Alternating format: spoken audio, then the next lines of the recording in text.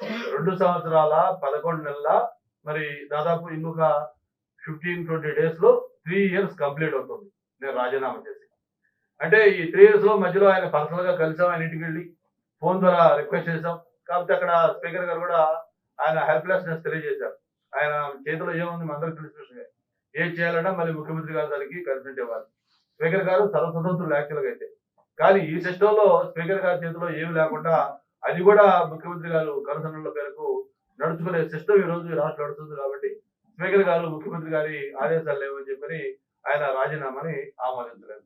Okay. Right. ఆమోదించలేదు. మీకు రకరకాల కారణాలు. ఎందుకంటే ఆ రాజీనామా ఆమోదిస్తే బై ఎలక్షన్‌లొస్తాయి. బై ఎలక్షన్‌లొస్తే స్టీల్ ప్లాంట్ కోసం రాజీనామా చేసిన దీని మీద ఇక్కడ పోటీ చేస్తే ఆ మ్యాండేట్ ఎలా ఉంటదో జగన్మోహన్ రెడ్డి గారికి బాగా తెలుసు. ఈ రూలింగ్ పార్టీకి ఒక దెబ్బ తగులుతుంది. కాబట్టి ఆ రిస్క్ తీసుకోవడం ఇష్టం లేక రాజీనామాని మీరు ఏదేదో కారణాలు చెప్పి దాన్ని వాయిదా వేశారు. మరి ఈరోజు ఇక 3 నెలలు కూడా ఇంక ఎన్నికలకి టైం లేదు. ఏప్రిల్ 16 ఎన్నికలు ఆల్రెడీ పార్లమెంట్ ఎన్నికలకు సంబంధించి నోటిఫికేషన్ కూడా ఇండికేట్ చేశారు. స్టేట్ ఎలక్షన్ కూడా మొత్తం అదే డేట్ అంటే దాదాపు ఇంకొక 2 మంత్స్ 20 డేస్‌లో ఎలక్షన్‌లకి మొత్తం మన రాష్ట్రంలో జరగబోతా ఉన్నాయి. అంటే 3 ఏళ్ల క్రితం చేసిన రాజీనామాని 3 నెలలు కూడా లేని ఈ సమయంలో ఈ రాజీనామాని ఇప్పటికిప్పుడు ఒక దొంగచాటుగా కనీసం రాజీనామా చేసి 3 ఏళ్లయితే అప్పుడు రాజీనామా చేశారు. స్టిల్ దానికి మీరు హోల్డ్ అయ్యి ఉన్నారా లేదా? మీ రాజీనామాని యాక్సెప్ట్ చేయమంటారా వద్దా? అని కనీసం మినిమమ్ సాంప్రదాయాలు కొన్ని విలువలు కొన్ని రోజు రాజకీయాల్లో పాటించాల్సిన అవసరం ఉంది.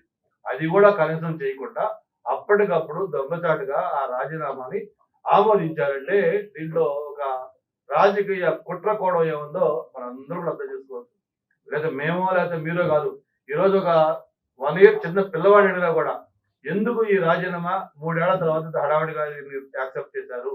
అంటే అందరికి తెలిసిన ఒకే ఒక్క సమాధానం ఏమి లేదు. రానున్న రాజ్యసభ ఎన్నికలున్నాయి. రేపు ఏప్రిల్ 2వ తారీఖు తోటి ఇప్పుడున్న ఈ ముగ్గురు రాజ్యసభ సభ్యులు వాళ్ళ టెన్యూర్ అయిపోతుంది కాబట్టి కొత్త నోటిఫికేషన్ వస్తుంది. మళ్ళీ ఒక ముగ్గురు రాజ్యసభ ఎన్నికలు అవుతా ఉన్నాయి. ఆ రాజ్యసభ ఎన్నికల్లో గెలవాలి అంటే ఎందుకంటే ఆయనకు మొన్న జరిగిన ఎమ్మెల్యేల ఎమ్మెల్సీ ఎన్నిక ఇంకా మర్చిపోలా. ఆ రోజు దిమ్మ తిరిగే ప్రశ్న ఆ రోజు మొత్తం ఫలితాలు వచ్చాయి.